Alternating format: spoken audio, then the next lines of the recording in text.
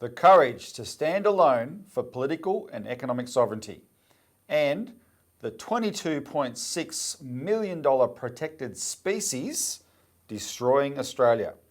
Coming up on this week's episode of the Citizens Report.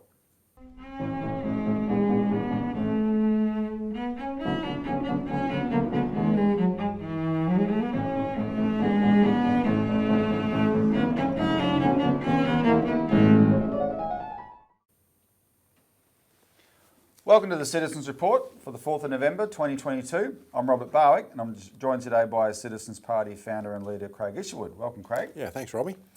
In this week's Citizens Report, Craig, we're going to talk about something that, as it happens, you uniquely have done in the Australian political landscape. So stay tuned for that. It's something that only you were prepared to do. And second, we're talking about the latest manifestation of the way the banks are protected by the political system in Australia, and there's a window of opportunity to try and do something about it. So that's a very important part of the show as well. Before we begin, let's go through the normal routine. Please, one of the things that, for a show like this to be effective, it needs a lot of viewers and think about, if you're a regular viewer, think about it from this standpoint. You know how we're always giving you ideas of what to do to intervene politically.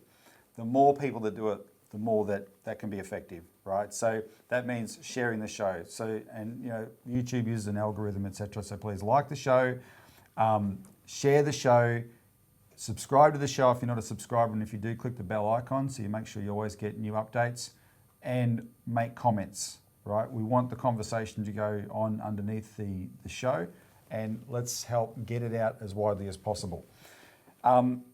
Because there's other things to update people on as well, Craig, before we get into the main part of the show. The first thing I just want to mention is there's already a previous show up this week, which is a special co-production between the Australian Citizens Party and the Katter's Australian Party. Excellent.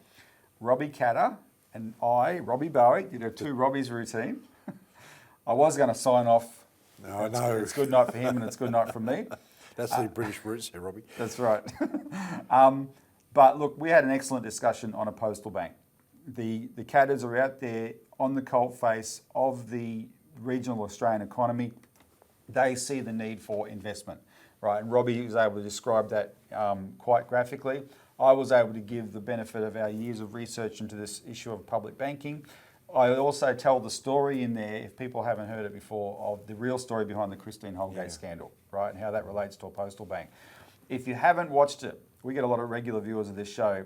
If you haven't watched that previous show, please watch it. Make it a priority. Yes, it goes for a bit less than an hour, but it's worth your while. You'll get deep insights into why this is such a necessary policy.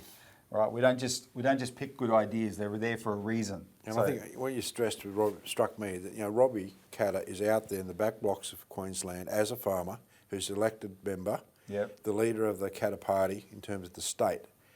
And he's out there rubbing shoulders with people that are literally having to do. I mean, he was told himself that you should. He was get out of farming, and the banks acted against him. So he goes through his story. But the fact that you are there to be able to give the background to what we've been doing for over 30 years now, the whole history of not just postal banking, but we can national banking, but how that comes up, the fight around Christine Holgate. This is incredibly important. To have that degree of collaboration amongst the different political groups in this country. Oh, for sure. It's part of it's in the microcosm, part of the coalition of support we're building. This is a non-partisan policy. Yep. It's the people versus the banks, literally. Now, that said, good news announcement. We've got the postal bank. We've got it right here. Yes, thanks to one of our supporters. And thanks to Richard. Also, Robbie, I don't know whether it's prescient or not, but we've got a glimpse of the first $1 million Australian note. Banknote. And Is that Ned Kelly on there? Oh, it could be. I think it is. Yeah, it is Ned Kelly. All right, so this is the $1 million banknote. And we need that to go into there. Yeah, so, I mean, this is, a bit of important to come in terms of hyperinflation in this country. God forbid. So Richard gave us this, the key ring and a dollar. The dollar. Good on you, Richard. And what he's done is he's taken the Australia Post money tin and he's put the sign Australia Post Bank under there and put the Citizens pin on it. So it looks really good. Let's let that inspire us as to where we're going, right? Thanks, Richard, for this symbol of what we're trying to fight for. Imagine being able to go to every town in Australia and see one of those. Yeah, absolutely. Right? And imagine how the people in the boards of banks would feel if they go to... There's a long historical record to these things. I mean, the Commonwealth Bank used to put these money tins out years and years and years ago as savings, Exactly. Piggy banks. And on that, this is a symbol of the postal bank we want. We don't actually have the postal bank yet, but other breaking news is that this last week, the Coobapedy Council in South Australia became the latest council to endorse a postal bank. And I spoke to the CEO last night, Craig, and what motivated them was they have one bank left in town, Westpac, and it's given notice that it's closing in February. And the thing is, Coobapedy is a unique case because it's very much a cash economy with the opal trade, tourists going through. Opals cost a lot of money. They need big cash transactions, right? And the Westpac branch could provide that. There's much more limitations on the Australia Post outlet. Now, the licensed post office group has some ideas of how to help, but that's not the point.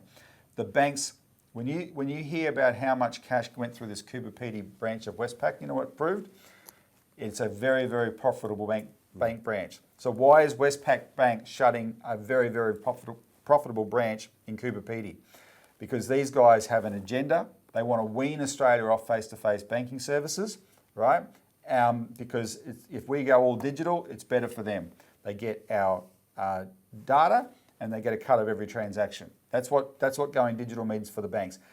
So once they get to a certain critical mass, they won't care who they leave behind, right? And it's disrupting Australians all over the place. So they were a very fired up council and they quickly rallied to the cause to support the postal bank. And we're going to get a lot more of that, right? So watch this space. This campaign is something that is the most winnable thing we've ever done. And then 2 other updates quickly. Again, on financial matters, we've just put out a release today, following on from last week's show. We now have an inquiry into ASIC. And in fact, we have two. So there's 2 different committees. One's the Senate Committee, the Economics References Committee. One's the Parliamentary Joint Committee on Corporations and Financial Services. The second committee, the joint one, hasn't released the specifications of its inquiry yet. We just know it's on the same terms of reference. The Senate one has released. So they are open for submissions until the 3rd of February. Now, that's actually close to 3 months to make a submission, right? Which is very, very good because what we want, this is not one of those inquiries where we're going to encourage everyone, bombard them with submissions. No. What we want all ASIC victims to bombard them with submissions. Careful submissions. Take the time, retell your story. But if you're an ASIC victim, or you know someone who is an ASIC victim, right, make sure they see this. This is the time for them to have their say. Now, one of the things I point out in the release, Craig, is there's 2 aspects to this that actually make it not just another useless inquiry, right? One is, this is the first proper inquiry into ASIC since the Royal Commission. And the Royal Commission was a turning point, or it should have been, and it would have been if it weren't for the disruption of COVID and the Morrison and Frydenberg using that as a smokescreen to throw out all the changes that were going to come from the Royal Commission, right? Go back to protecting the banks.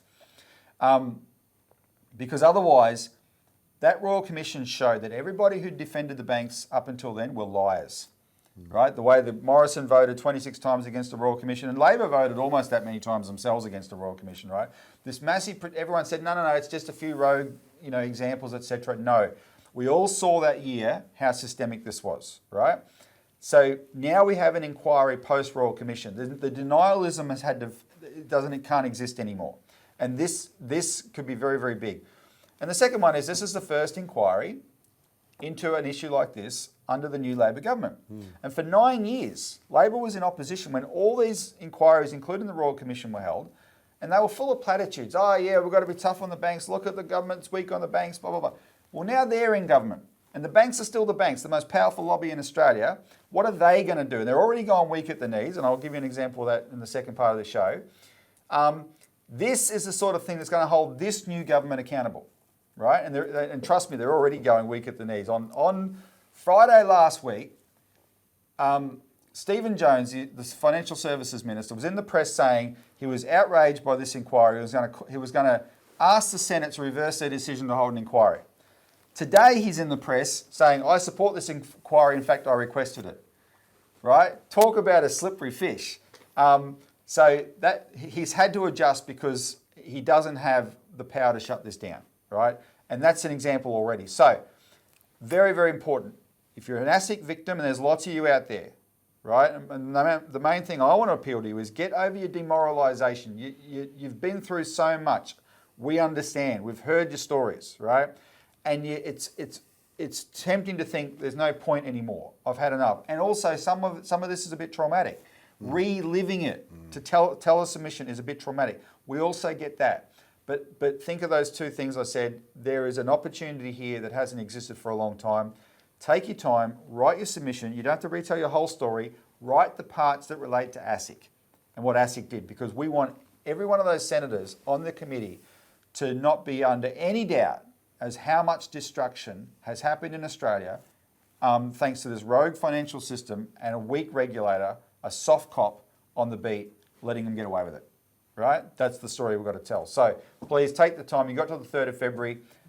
Let's get this lots and lots of submissions in from ASIC victims. Spread the word as widely as possible. And finally, update before we start. We haven't started yet. No, this is quite important. There's a lot of things. Quick update on David McBride. I did this very long interview with David a few weeks ago. A record, 2 hours. 2 hours. So David is this very brave Australian general who he didn't blow the whistle so much on war crimes as he explained to me, but on the cover-up of war crimes. On the cover-up machinery involving the Australian Defence Force and the politicians that actually makes the good soldiers look bad. That's what his motivation was, right? And as he said to me on the show when I interviewed him, with what he knew and what he saw was happening with this cover-up, if he didn't blow the whistle, that would be a crime. With like he's facilitating a crime by not blowing the whistle. So he leaked these files called the Afghan files to ABC. That led to those raids, etc. And so no one's been charged for war crimes, and they're real war crimes, but the man who blew the whistle has been charged. So David faces a trial where if he loses, he goes to prison for up to 50 years. This is a big deal. He could have cut a deal beforehand and avoid having to do that, right? But he didn't want to cut a deal because he wants to put the system on trial. However, he and his lawyers went to court last week in Canberra to test a certain principle that also would have avoided a trial, but this was important to test. And the principle was whether David's whistleblowing was in the public interest. Because if the judge ruled it was in the public interest, then he'd be protected. There's a public interest protection for whistleblowers. So they turn up. The government had an army of lawyers. This was Thursday last week, the 27th of October. The government had this army of lawyers. David had his lawyers. And then apparently there was a third group of lawyers who were there representing the system, not the government. They were just there to make sure that the system conformed to whatever, and it seemed to do that. The government had all these witnesses. David's lawyers didn't challenge any of the government's witnesses.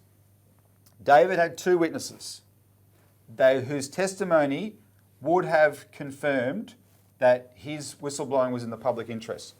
The government challenged those two witnesses, the legality of hearing those two witnesses on the grounds of national security. The blanket cover-all of national security. Those witnesses cannot be allowed to testify for national security reasons. The judge had the right to shut the court and say, well, we'll listen to them in private then. He didn't do that. He ruled in the government's favour, right? They let this national security excuse shut down those witnesses. And so now, once that happened, David's lawyers had to withdraw their case, and now it's on in court in front of a jury, which David is happy with, but understand the emotions, Craig. You know, you and I got to meet him. He nearly had it, like, although he has bravely put himself in this position of wanting the whole thing on trial, there's still 50 years threat on the end of that, and he's got a young family and whatever, right? So he was hoping this would have gone his way. He's not being reckless by any means, Robbie. He's following what he knows to be do the right thing, and he is a barrister. Yeah. And the point is that he knows what he's doing, and this is a very, very important test. I mean, this is another Julian Assange case. It's the same issue, where the government is using national security to shut down whistleblowers and people who've got things to criticise the government with, and should be able to do so openly and lawfully. But we know that that's not the way things tend to work in this country. Yeah, so please follow this case, right? David needs all the public support that he can get. All right, and that said, speaking of courage, let's get on to the first segment. The courage to stand alone for political and economic sovereignty. And this is going to be challenging to viewers, but I'm glad that it is, right? So let me tell the story this way. The Australian newspaper has a correspondent named Will Glasgow, and he put out some tweets the other day on the 29th of October, and his Twitter handle, Craig, is a sort of unfortunate one. It's called @WMD Glasgow. Those are his initials, clearly, but WMD was the weapons of mass destruction that weren't found when we invaded Iraq that his newspaper campaigned for. In a conspiracy, his newspaper, Rupert Murdoch, was involved in a conspiracy with some of the most evil people in America and the United Kingdom to destroy any opponents of the Iraq War and invade on a lie, right? That's the paper that he works for. So there's my little rant about him. Put that aside because that'll come up in a second. So he went through, in a sort of a snide way, the fact that China's Xinhua newspaper was reporting all the letters of congratulations that were sent from around the world to China's president, Xi Jinping, on his third term as the Secretary General of the Communist Party of China, right? Which also makes him the president of China. So the first one he reported was India's, we'll put this on the screen, this is the tweet. India's Prime Minister Modi in today's Xinhua list of congratulations. Now, so let's describe Modi for a second. Remember, you, the viewer, are supposed to be thinking that China is this dictatorship and this was a sham election, blah, blah, blah. Narendra Modi is the most popular leader of the world's biggest democracy. Forget your opinion of Modi. That's technically who he is. As the Prime Minister of India, he's won the last election, so by definition, he's the most popular leader of the world's biggest democracy. That's India, and that's Modi. He's also one of Australia's Quad partners. We have this Quad arrangement, India, Japan, the United States and Australia. We're this team that's going to contain China, right? He's one of our partners in that. And we love talking about that. And you'll hear politicians say, yeah, stuff China, we should be doing more with India, etc., right? Because they're a democracy, they're wonderful. Well, our friend Narendra Modi, the most popular leader of the world's biggest democracy, has sent a message of congratulations to Xi Jinping. Good on him. Then Will did this tweet. Well, actually did this one first, sorry. This is the snide thing. So just, anyway, it doesn't really change, but this is the one he did first. For more than a week, Xinhua has run these daily lists of foreign congratulations to Xi on his election as the Communist Party's General Secretary. Today's features two of Australia's key Indo-Pacific partners, Korean President Yoon and Japanese Prime Minister Kishida. So, the Prime Minister of Japan, another one of our Quad partners and a democracy, and South Korea is a democracy, sent letters, messages of congratulation to Xi Jinping, right, on his election as for a third term as the General Secretary of the Communist Party of China. So we've got two of our Quad partners have sent such a message. And then there is this. Will Glasgow, finally, congratulations from Australia. So this is the only congratulations that came from Australia in today's Xinhua list. The message sent by the leader of a fringe conspiracy party, an offshoot of the LaRouche organisation. So let's unpack that. First of all, he's talking about us. He's talking about Craig Isherwood, the National Secretary of the Australian Citizens Party. Will Glasgow, Craig, doesn't want to use our name. No. Right? In fact, this has been a pattern of his for a while. The Australian, for a long time, we've been at this for 30 years. You wrote an article this week about the 30 years of the full-time office of the Citizens Party this month, or last month. It was the anniversary. we know for a long time how much the media's main approach to our party was to black us out, right? In recent times, Will Glasgow's attacked us a bit in The Australian. Lately, he's taken to attacking us by not mentioning our name. The party of which he dare not speak its name, the Australian Citizens Party. He keeps calling us, because of our historical association with Lyndon LaRouche, the fringe conspiracy party, an offshoot of the LaRouche organisation. And I have to comment on conspiracy as well, because we do talk about conspiracies, namely the one I just talked about earlier, the conspiracy involving his boss, Rupert Murdoch, with the most evil people in the United Kingdom to literally blow up the world and introduce this 20 years of regime change, mass murder. That's the conspiracy. He might have been, barely out of toilet training when it happened. I don't know how old Will actually is, right? But nevertheless, that's who he chooses to work for and attack the party that fiercely campaigned against that and that kind of evil that's done in the name of democracy, etc. And yes, we do call it a conspiracy. By the way, the real conspiracy then was, they would always attack us as conspiracy theorists, but what was inventing the whole idea of weapons of mass destruction? So what he's saying is that you, Craig Isherwood, the National Secretary of the Australian Citizens Party, is the only political leader in Australia who has the guts to send a similar message to the General Secretary of the Chinese Communist Party and the President of China as our Quad allies. No other political party leader in Australia, not the Prime Minister, not the opposition leader, of course not him, the jerk, not the Greens, nobody has had the guts to do what you've done. And remember what we're talking about. India, Craig, I looked it up, they have like a $70 to $80 billion trade both ways with China, right? Combined $70 to $80 billion. We have a $120 billion surplus, just the surplus that we enjoy from China. The money we make as a country every year from our trade with the world's biggest economy is it's so much in our favour, it's not funny. You are the only political leader in Australia with the guts to stand up to the Americans and the Brits, who we are bowing to by not sending a message to Xi, on behalf of Australia's economy, on behalf of Australia's exporters. So why don't you, for the viewers' benefit, read the message that you sent to Xi Jinping? Yeah, Robbie, this message is consistent with our 34 years. We've always supported the BRICS. Brazil, Russia, India, China, South Africa, development. I've been to Russia. I participated in the Civil BRICS Forum. Yep. Our economic development program is peace through economic development. It's synonymous and consistent with the idea of Xi Jinping's win-win solutions. Yep. The idea of the Belt and Road and stuff. So this was a natural sense of, great, we've got a leader coming in here who is elected.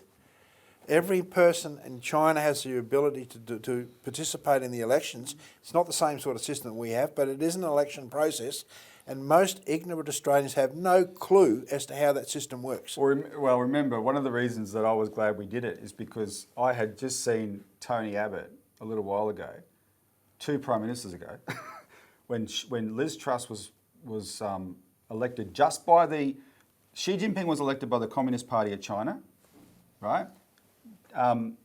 Liz Truss was elected by the Conservative Party of the UK to be Prime Minister, right?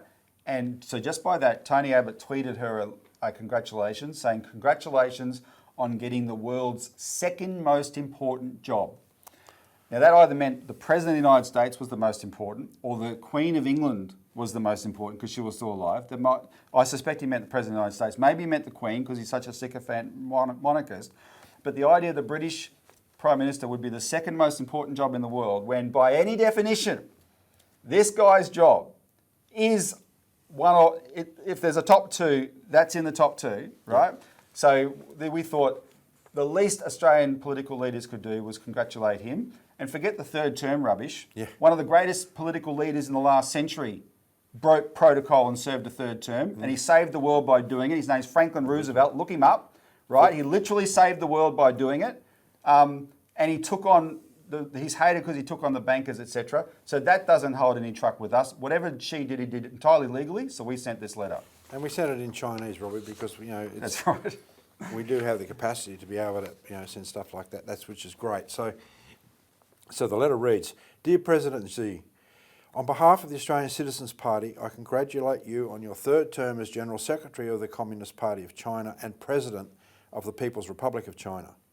Under your leadership, China has made enormous progress in economic development, including the construction of the largest high-speed rail network in the world, poverty alleviation that has achieved an end to absolute poverty, and scientific and technological breakthroughs that benefit all of humanity, including the singular achievement of being the first nation to land a spacecraft on the far side of the moon. On the world stage, your administration has created the Asian Infrastructure Investment Bank and the Belt and Road Initiative, both of which have been transformative for the world economy. Your visit to Australia in 2015, at the invitation of then Prime Minister Tony Abbott, secured the comprehensive strategic partnership between our two nations, under which Australia has benefited immensely from China's progress in economic development in terms of bilateral trade. We welcome your statement of China's overall development objectives for 2035 and its people-centred commitment to science and innovation, economic growth and a modernised economy, and ensuring the people lead better and happier lives with a higher disposable per capita income. China's achievements in these areas have already been remarkable. As Australians, we look forward to seeing what China can continue to achieve under your leadership into the future, and will continue to encourage our nation's participation in and collaboration with your nation's peaceful economic development efforts." And that's, of course, we sent that off and it was received and obviously published.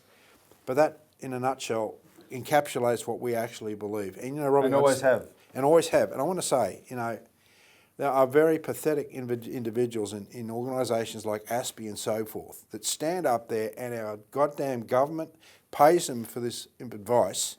They're not elected, right? They're paid possibly six-figure sums to stand up there and spew out absolute crap which isn't backed up by anything. And the Australian public has a misfortunate habit of believing these guys. Yep. And it makes my blood curdle to see an elected leader in charge of 1.3, 1.4 billion people, pushing forward on economic policies that our country desperately needs, and these buggers, excuse the French, stand up there and berate him because he represents a policy direction of a non-neoliberal policy direction that we should be pursuing. And if people, are sympathetic to Xi's opponents and enemies, well, that's going to send us into world war with China, because that's the directionality that we're heading. And that's why if you look at our Citizens Insight program, Craig, especially this year, we have done so many interviews with people with real expertise on the different aspects of this. John Lander, the ambassador on the real danger of where this can end up the way we're going. Jack James, who not only lived in China and got to experience a side of China that totally blew her assumptions away as an Australian, brought up on Australian propaganda, but she then totally debunked ASPI's rubbish, right? To the point where, when I tried to ask a question on her behalf at an event, I was shut down because they couldn't answer that. D.A. Wang, the former senator for Western Australia, who is Chinese, he came to Australia when he was 23. As a Chinese person who understands China, he understands how much of this is absolute rubbish. And one of the points that Dio has made to me is this anti-neoliberal path that you describe in China. Remember a couple of years ago I said this at a seminar. It is not good in one respect that Australia is so dependent on another country like we are on China.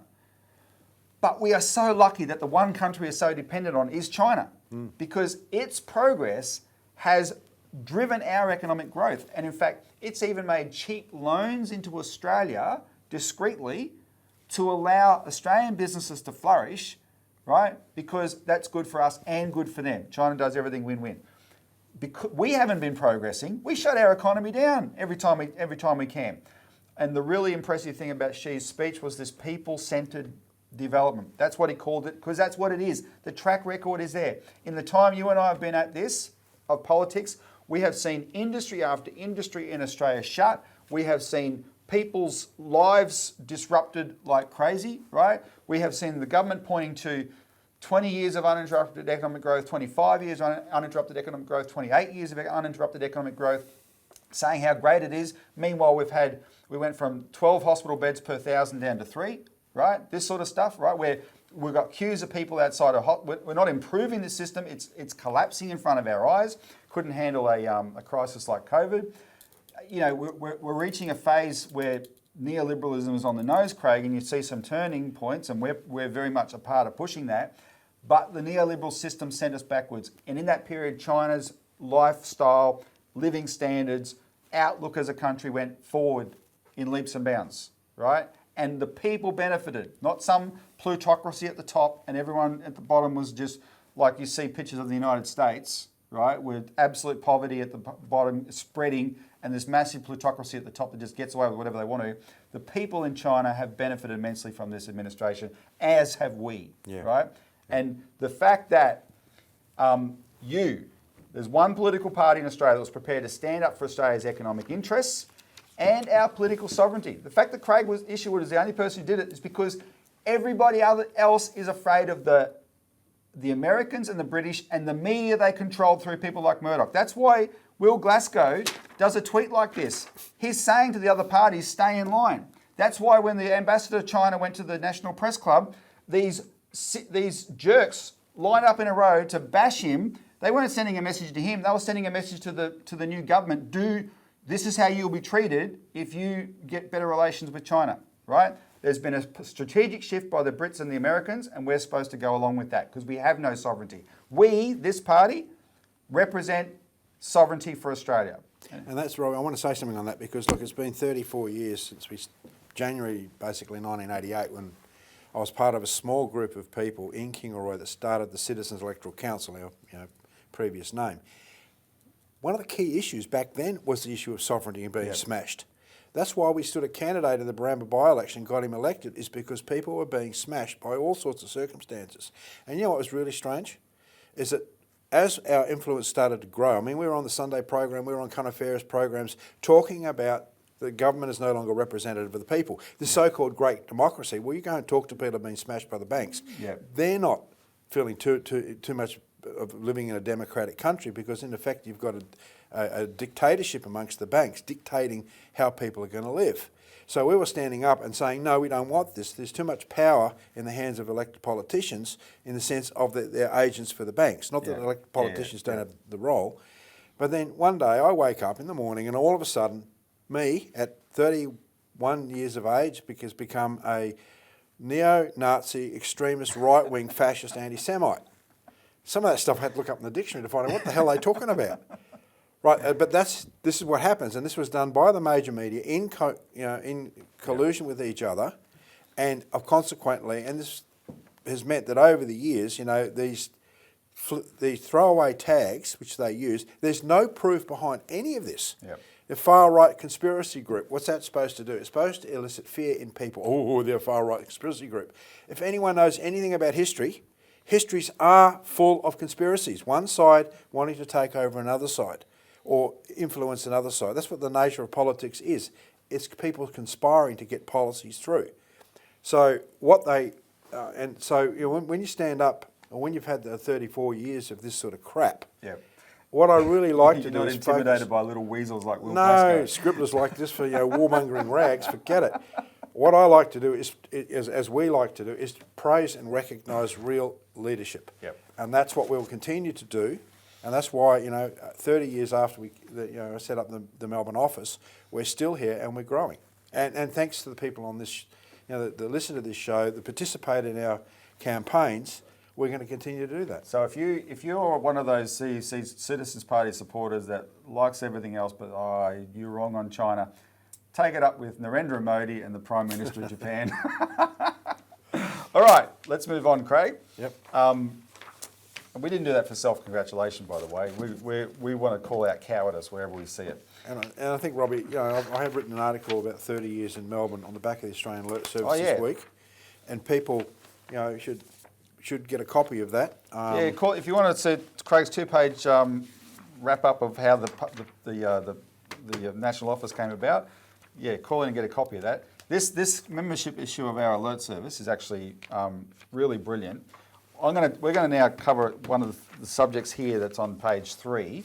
There's a lot of different things in this issue, though. We can't go. We don't have all the time. So definitely and get a subscription. If you're not a subscriber to this is how the Citizens Party funds its activities. And as you can tell, every week we have a lot of activities. I do want to point out, Robbie, and give a shout out to Melissa Harrison's article on Taiwan. Yes. Because this is what we do in the alert service, which we don't have an opportunity on this show to do, is to go through and document the strategic detail of what we talk about. The Citizens Party won't put stuff out unless we have done the work on it. Yep. And we haven't done, that's what we do for many years. It's excellent. Okay, so moving on, let me get my notes here. This next segment, the $22.6 million protected species destroying Australia. And what we're talking about is, we put out a release this week. You can see some of these details on our, this part's on our website. What do bankers get for $22.6 million? Liberal and Labor protection from accountability. The protected species is the banks. $22.6 million, Craig, is the price tag. That's how much the combined bank donations to Labor and Liberal over the last decade add up to.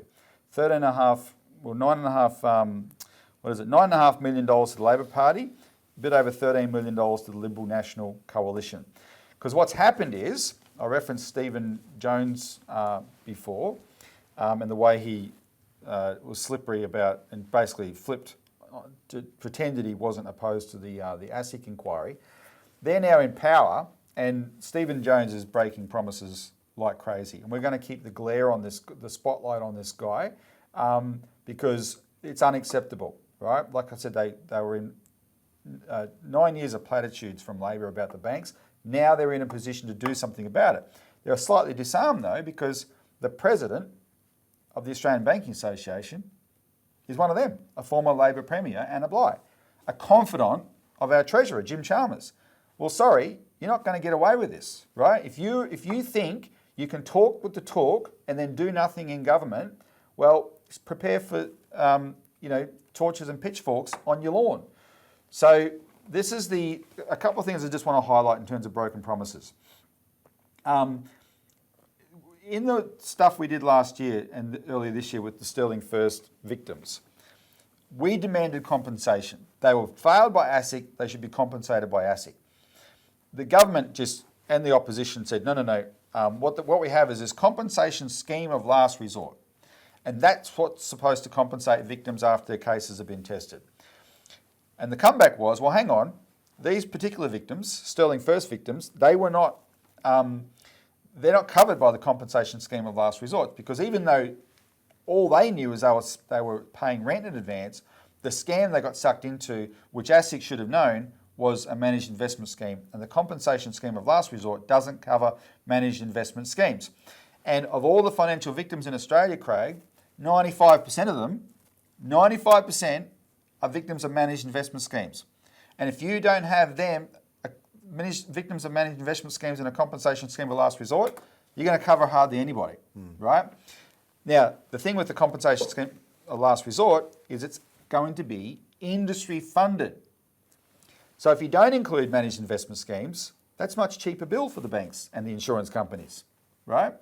And this is the issue. So we'll put on the screen this Facebook announcement from back on the 4th of April, or in early April.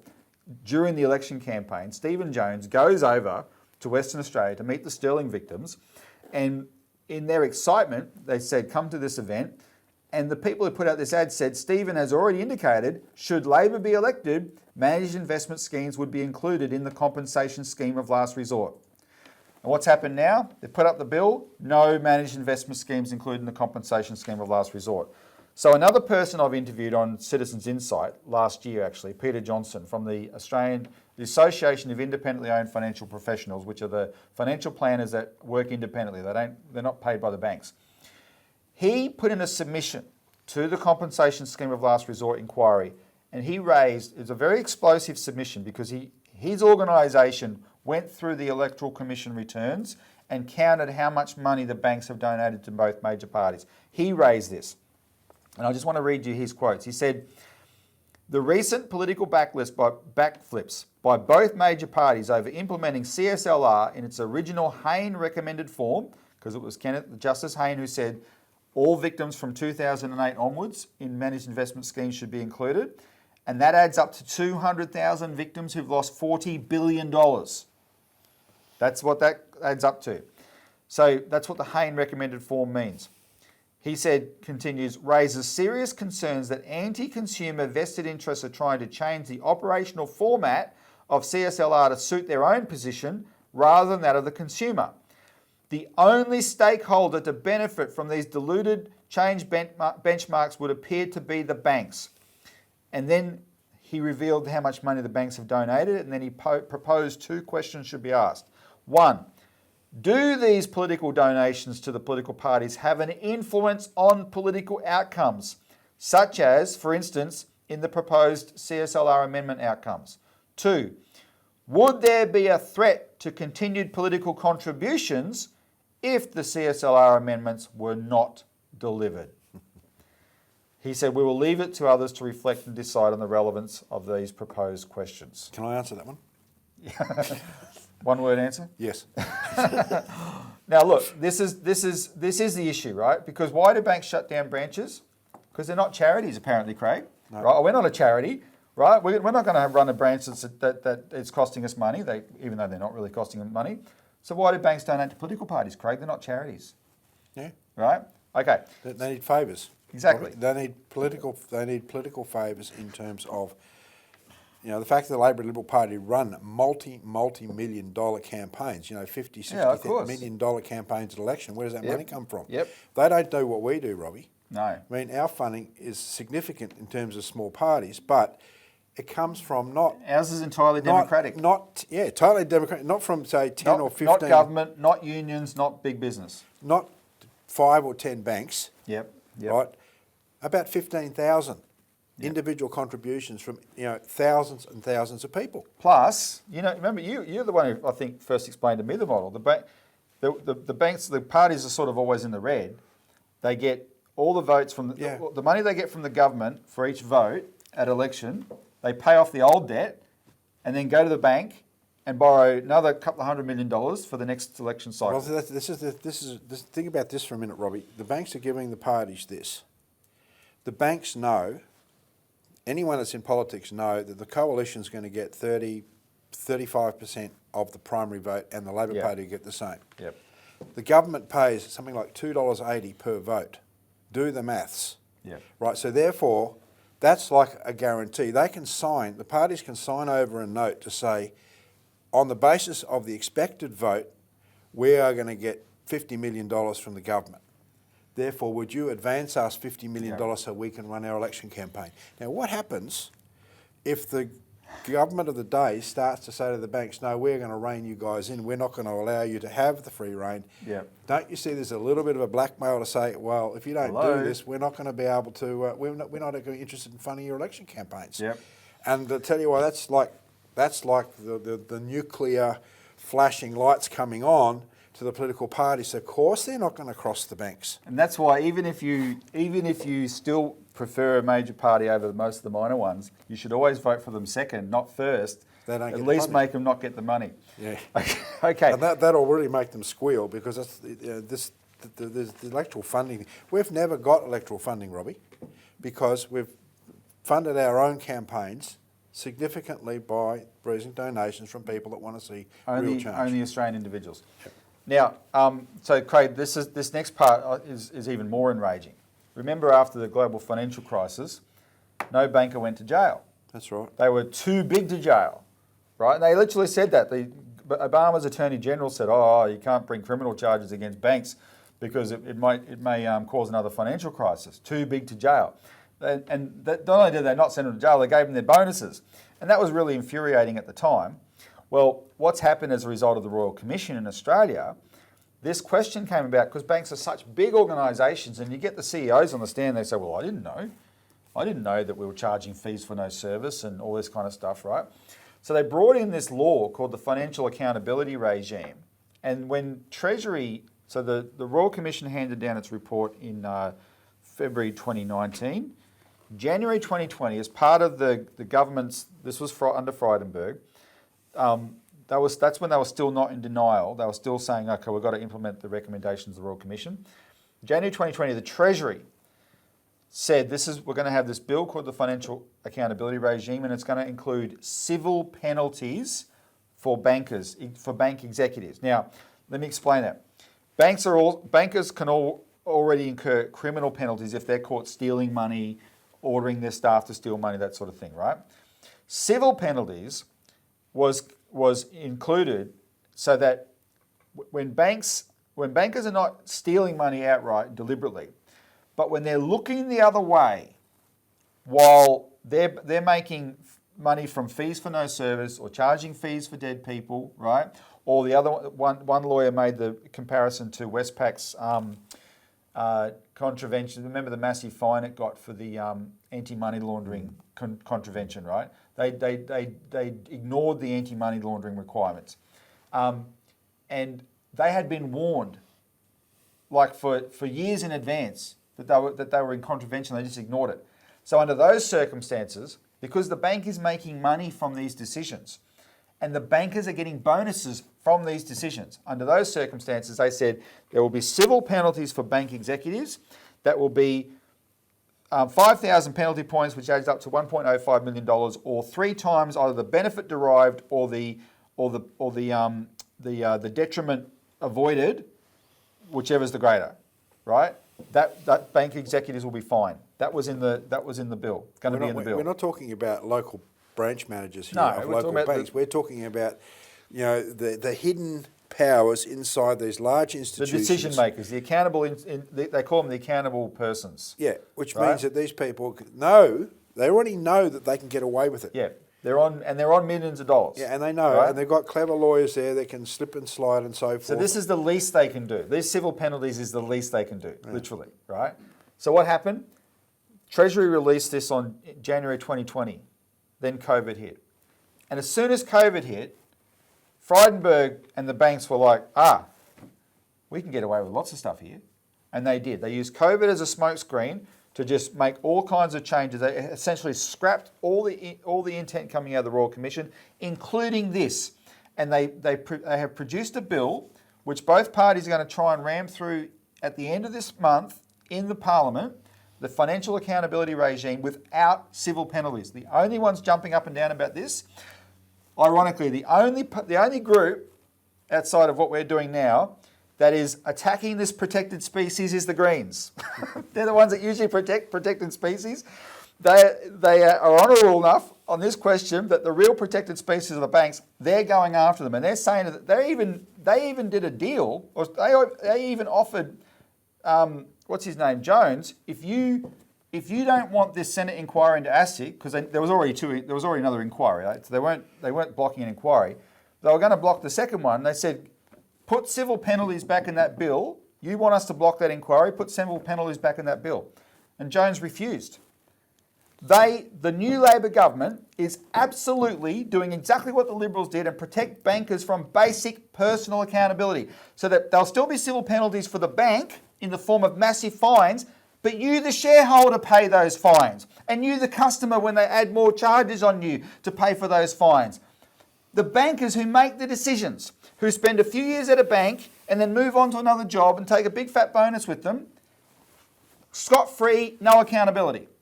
Right? This is what these two major parties are colluding to do right now. So one of the reasons we're raising this, Craig, is we actually want to try and do something about this, right? We've got a few weeks.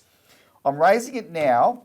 Pay attention to the Citizens Party's website. We'll put out, at a certain point in the next couple of weeks, we'll put out a call and instructions of who to start calling in the Labor Party to demand they include civil penalties in this bill. We're going to rock this place. Last week in the report, Citizens report, the feedback was there's no one like the Citizens Party to melt the phones down.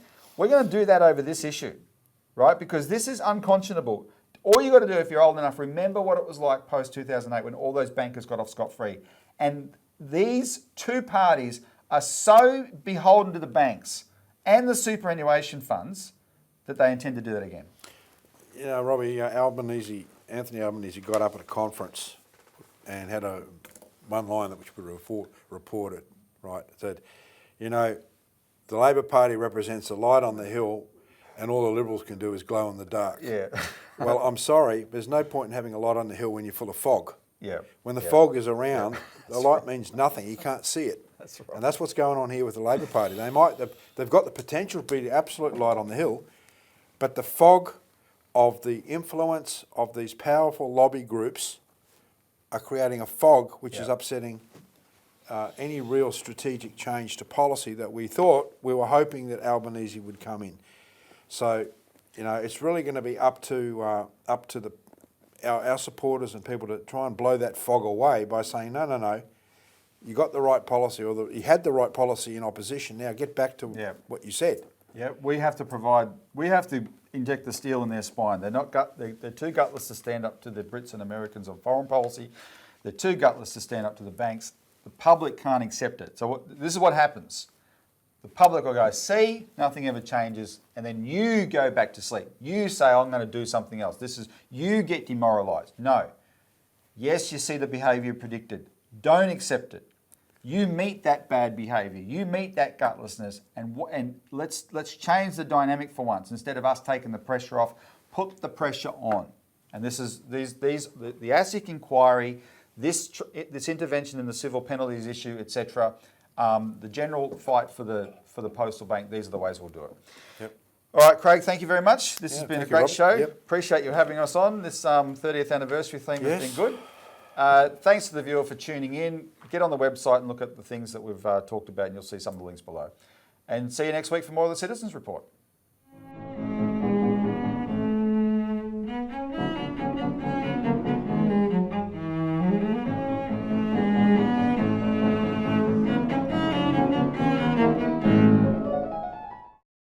Authorised by Robert Barwick, Citizens Party, Melbourne.